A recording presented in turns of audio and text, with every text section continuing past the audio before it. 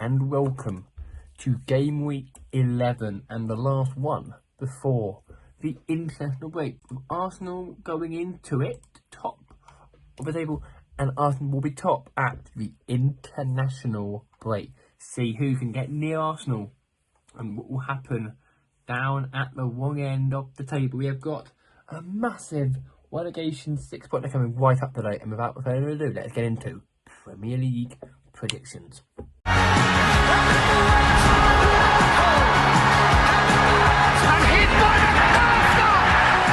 Liverpool are the champions for their people, with their people.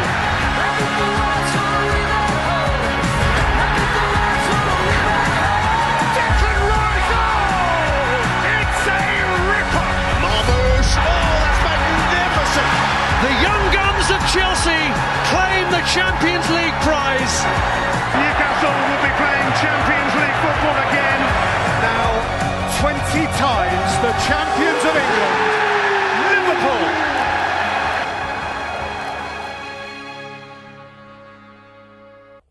Yes, like we said, we have a massive game right down at the bottom, but we're going to start today with this.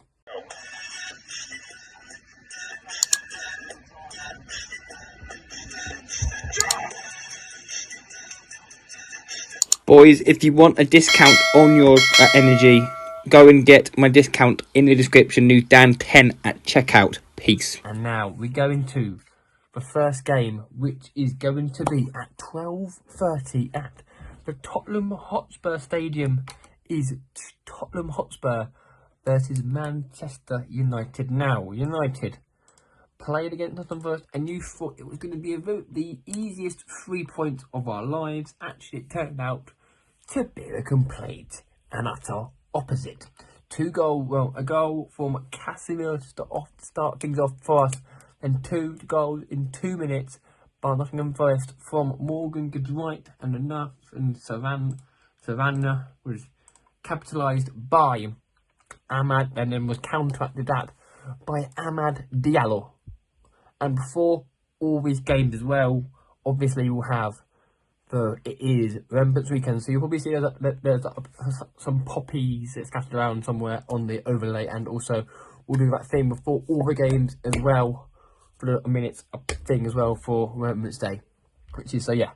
And now I'm going to say in this game, it's going to be a Man United win by 2 goals to 1. Can we get back to winning ways and end it like how we started it? We now go. We might have a guest. If not, the meet is here again.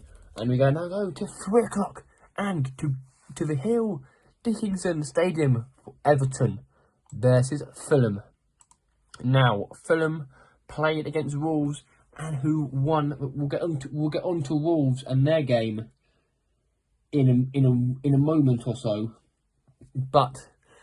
And talking about Everton, they played against Sunderland on Monday night, and a quick goal, a nice solo 1 goal by what's his name? I can't remember his name now. Inman got them a draw in that game. And then Xhaka got a goal for Sunderland. But in this game, I'm going to say it will be an Everton win by 2 goals to 0. Staying at 3 o'clock, and the game right down at the bottom is 17th placed 18th placed West Ham versus 17th placed Burnley. Now, what can I say? Honestly, I have no idea. But this game is a game right down the bottom after getting their first win last weekend against Newcastle. Nuno Espirito Santo is up and running as West Ham boss, and in this game I'm going to say it will be a West Ham win by 2 goals to 0. Then we go to the State of Light and to Arsenal versus Sunderland at 5:30. Will Arsenal extend their lead at the top of the table? If you told me that Arsenal would be 5-6 points clear going into the second or third in terms of regular season, well, after 11 games of the season, I would have buttoned your ear off. But I mean, they've got a very good team now, but Yokeles is a massive doubt for Arsenal. He picked up an injury against, I want to say the game against, did they play last weekend? The game against Burnley, which they managed to win because Yokeles scored and then went off at half time, which could have been an injury, but they did, but they did win in midweek in the Champions League. Obviously, they do. They're unbeaten in both league and cup, in domestic league and European at the moment. I'm going to go with another win of 2-0 to Arsenal. We now go to Stamford Bridge, and for the game at 8 o'clock versus Chelsea versus Wolves. Manderless Wolves. That is, yes, they relieved Victor Paletta of his duties at the weekend after that game against Fulham, where they lost 3-0. The board weren't happy, the players weren't happy. You could tell the fans weren't happy at all.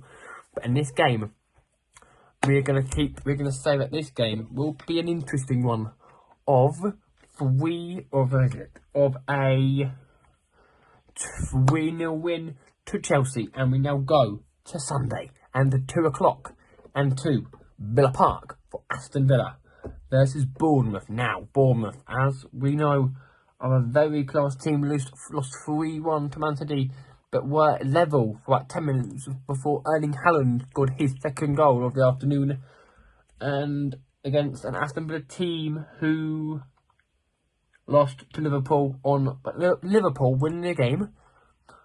Things are happening. Things are absolutely happening in the league right now. But I mean, I'm going to say in this game, you know what's going to happen in this game, don't you? Liverpool will probably, Villa will probably get back to winning ways again. Villa have gone on an upward trajectory recently. They're now 11th. They've won 5 out of the last 6 games. They've won 5. They have won a couple of games over there. They're only 10 points up top as well, to be fair. So anything possible. 2-1 Aston Villa.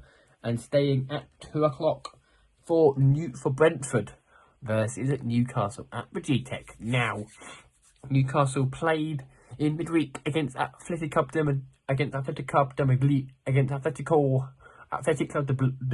Bilbao, and Brentford played very well against Palace, but did come out on the losing team thanks to a John Philippe, of course, Peta goal, and Nathan Collins' own goal. But in this game, I could see it going. I could see it going a couple of ways here. And I'm going to go in this game with a 2-1 victory to the Tyneside. And then we go to Selhurst Park and for Crystal Palace versus Brighton and Hove Albion. Now, this game could be a bumper. Brighton winning 3-0 against Leeds, thanks to 2 goals from Diego Gomez. That was a big win for them. And Brighton and Palace winning 2-0 against Brentford, thanks to 2 goals. From John Philippe Morteta. And I'm going to say in this game, this will be the first draw of the afternoon. A 1-1 draw. We go to the last game, and another game right down at the bottom end of the table. It is relegation season this weekend. It is 19th, the 16th in Nottingham Forest. This is Leeds United now. Forest did draw the last game. There's some sort of improvement going on under Sean Dyche. This will be only his 4th game in charge, because they play in Europe tonight. But yesterday, as you'll see in this, because obviously I'm filming this at 10 to 5, 10 to 4, and I'm literally at work. Well, I'm at work in an hour and 45, an hour and 15. So yeah. No, hour and 45. And in this game, I mean, I could see this game going anywhere here. I'm going to go with a 3-1 win to Leeds. I'm sorry, the first fans. Now we go to the big one. This is second, the third. It is Man City versus Liverpool. Now, Liverpool have lost 4 games recently, but they did win against against Aston Villa and Man City. It beat AFC Bournemouth, and they both had wins in midweek in the Champions League. If you're Liverpool, if you're Man City, you're dreaming at the prospect of playing Man City or playing Liverpool at this stage of the game, because Liverpool have not had the best of starts.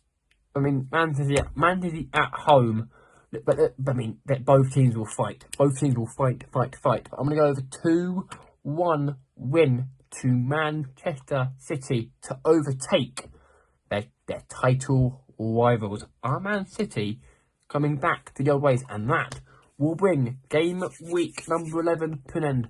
Thank you for watching, and I will see you on Sunday for a very special St Albans video. I'm not saying what it is, but it's St Albans vlogs back for the time being anyway. So I'll see you all on Sunday. Goodbye. Will Arsenal be top? Arsenal will be top going into the international break.